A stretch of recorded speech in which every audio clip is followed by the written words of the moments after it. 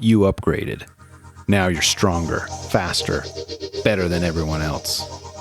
Welcome back to Should You Watch This with the Popcorn Priest. I'm Chris Compton. Today we are reviewing Upgrade from 2018. Can I have everybody's attention? I'm looking for the guys who murdered my wife.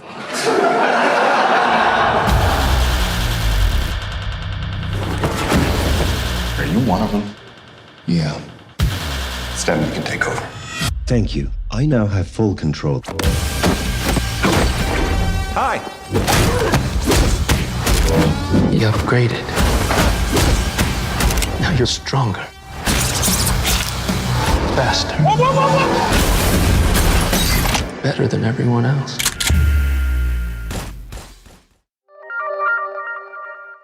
Joining me today are recurring guests Cole and Taylor. Happy to have them on the pod, as always. The description for this movie is set in the near future. Technology controls nearly all aspects of life. But when the world of Gray, the protagonist, a self-labeled technophobe, is turned upside down, his only hope for revenge is an experimental computer chip implant. This is directed by Leigh Whannell. Leigh Whannell. He directed Insidious Chapter 3 and The Invisible Man, which I really like. He has 3 pre-production credits on IMDb, one of which is Wolfman, with Ryan Gosling rumored to be attached, and an Upgrade TV series, which I'm guessing is based on this movie, and an Escape from New York reboot, which could be a mistake, but we'll have to wait and see. He also wrote the screenplay for the first 3 Saw movies. Top billed stars, I don't know if anyone knows these people, I didn't, but Logan Marshall Green, Melanie Vallejo, and Steve Danielson. This has a runtime of 1 hour and 35 minutes, rated R. Genre on Rotten Tomatoes says horror, sci-fi, action. I think that's pretty good. Rating from IMDb is 7.5 out of 10. Rotten Tomatoes, 88% from the critics and 87% from the rest of us. Box office haul, including international haul, is $16.7 million, which is super low. This is a great movie, and I feel bad that it didn't make very much. It's available to stream on Hulu if you have a premium account. Otherwise, you'll have to rent this one or get it on Blu-ray for the rentals, anywhere from $3.99 on up. But I suggest getting the Blu-ray. And should or shouldn't you watch this? I'm going to give you 5 reasons why you should watch this. Number 1, if you like action movies with an R rating, this is for you. Number 2, if you like a retelling of a sci-fi trope of getting an upgrade a la Robocop or Venom, this has a similar vibe, but with a more cyberpunk, futuristic vibe. Number 3, if you're a gamer, this should be at the top of your list. Number 4, they do some unique camera shots that I haven't seen before, which is very cool to see. And number 5, if you like revenge films, this should make its way to your watch list. Only a couple of popcorn trivia this time, and this deals with the camera scenes that I just mentioned. During the fight scenes, the camera often tracks Gray so that he remains in the middle of frame. According to director Leigh Whannell. This was achieved by hiding a phone somewhere on the actor, Logan, which the cameras could then pair to and follow with as much accuracy as possible.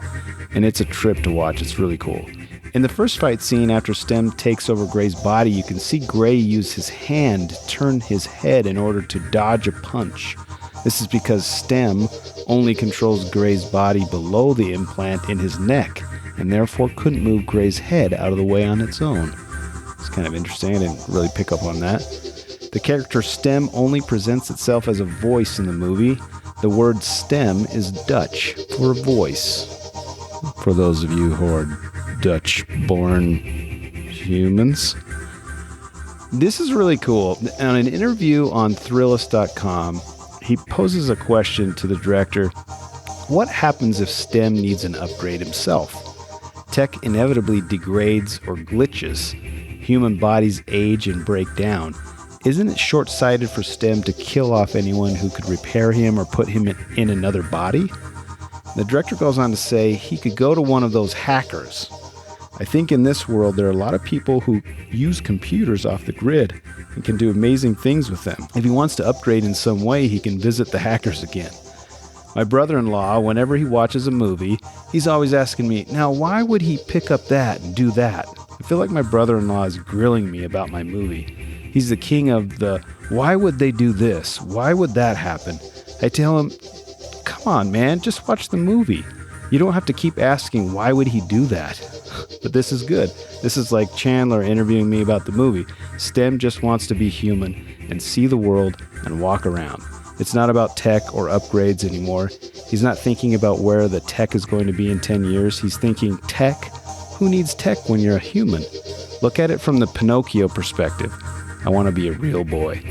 Just really love that response, and I get caught into that sometimes when you see a movie and you're like, whoa, why is he doing that? Just calm down, everybody, and watch the movie. It'll be fine.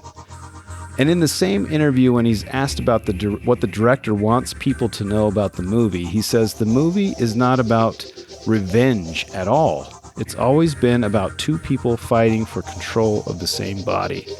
Someone fighting for control of their own body with a computer. Yes, it may be omniscient at times to get these people, but that's not what the movie is about. But I keep seeing that phrase, it's a sci-fi revenge thriller. I'm not bemoaning it because one of the great and wonderful things about making a movie is that it's open to interpretation. So, even though I said it's a sci-fi revenge film and that's why you should watch this, the director didn't intend that to be it. So, that was my interpretation. I guess it's okay. Popcorn beefs. I don't really have any beefs with this film. I would like to see a sequel. But as I mentioned before, it looks like he's developing a TV show based on the movie, which I think could be really cool. And I hope that this doesn't get killed by COVID, because that would suck balls. Ba-ba-da-ba-ba-da-ba. Welcome back to another episode of the Popcorn Priest. We have just screened Upgrade. It was Taylor's pick. I'm glad Taylor remembered because I had no idea. I heard about it on the internet, like when it came out, but no, that it was your turn to pick a movie. I can't remember anymore.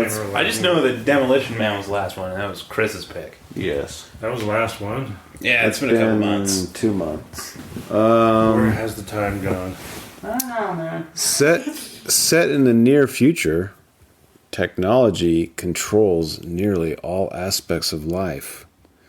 But when Gray, a self-identified technophobe, kind of, because he works on like old cars and doesn't know about computers, has his world turned upside down, his only hope for revenge is an experimental computer chip implant called STEM. Yeah, science, technology, engineering, and mathematics. Saved by STEM. What do you guys... Billion stars. Man, was it rad.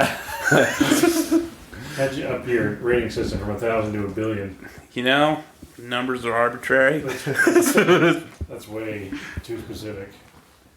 Was it rad. The music was rad. The visuals were rad. The violence was rad. The camera moves were it was a better version of Ghost in the Shell. It's like tracking his body movements. Yeah, it was like Deus Ex, that video game. Yeah. That's what it reminded me of. Man, it was rad. I don't even know what to say about it other than it's a simple story. I mean, it's Robocop. But it's told really well. It's basically Robocop without the armor.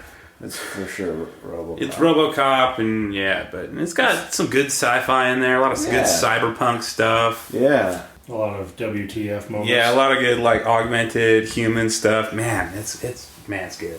And the digital effects were It didn't look cheap. It made me wonder what the budget was, because it's like this super R-rated movie, so it can't have been that high. But it's Blumhouse, so it was probably a couple $1 million, and that's it. It was So maybe it's just well shot. Maybe they just used their budget well.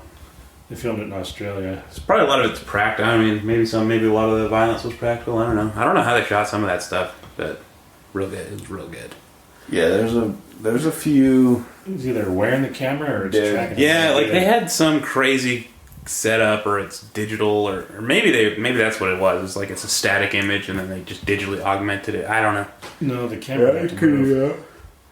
They did crazy stuff, but I don't know how they did it. But I'm not a filmmaker, so You could do like a keyframes, yeah. or they may have some kind of weird like dot on if them. they had messed that up, this whole movie would have been cheesy and terrible.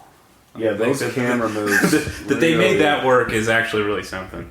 Yeah, that really made the movie. Those camera moves. Yeah, the way the movement and action Makes you is feel like a filmed. robot. Yeah, it's good. Watch it. Yeah, Without billion trillion stars. it would have felt like you said cheesy. If you watch the trailer and you feel it looks intriguing, you won't be disappointed. I didn't even watch the trailer. I hadn't seen anything other than the poster and heard the premise. And I was like, all right, sure. I watched it about 100 times in Springfield because we didn't have content to test. So we just played this over and over again. Somebody told me it was just super rad, and I remember really wanting to see it, and I added it to my Netflix queue. Yeah, I remember hearing it was rad. It was in theaters, but I didn't go see it because It was gone in 2 weeks. yeah, that's a tragedy. Should have made $1 billion. The good ones never do. How do you make a sequel to Upgrade? You don't. It'd be called Upgraded. Leave it as it is. It's like Moon. It's perfect. It's its own thing. Leave it Man, it alone. was very good. It's a nice little sci-fi story told well. Just leave it alone. Don't make a sequel out of it. It's too good. It's like, Well, they're not going to now because it didn't make any money. It's the type of movie if it had come out like in a different decade, you could have seen like 5 direct-to-DVD movie sequels to it. Just the type. Yeah. Just like the gritty way the cities look. And, yeah, it's good. What do you give it? Better give it Cool. a trillion stars. Kick your ass. so you want my rating to be higher than yours? So you only went to $1 billion, but you want me to rate it $1 trillion. That doesn't make any sense. You can't threaten me to put more responsibility on me if the viewer isn't happy with the film and yourself, and that's just messed up, man. Don't open candy while we're making a film, an audio recording.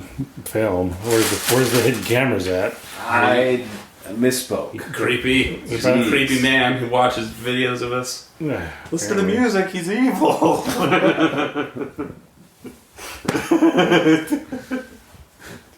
Love that episode.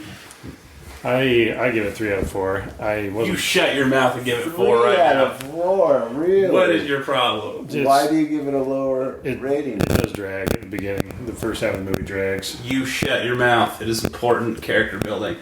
It is, but at the same time, So you would agree with me? Well, because you know where the plot's going, so you want it to hurry up and You're saying because it's a simple story, they shouldn't have bothered. the train needs to leave the station faster.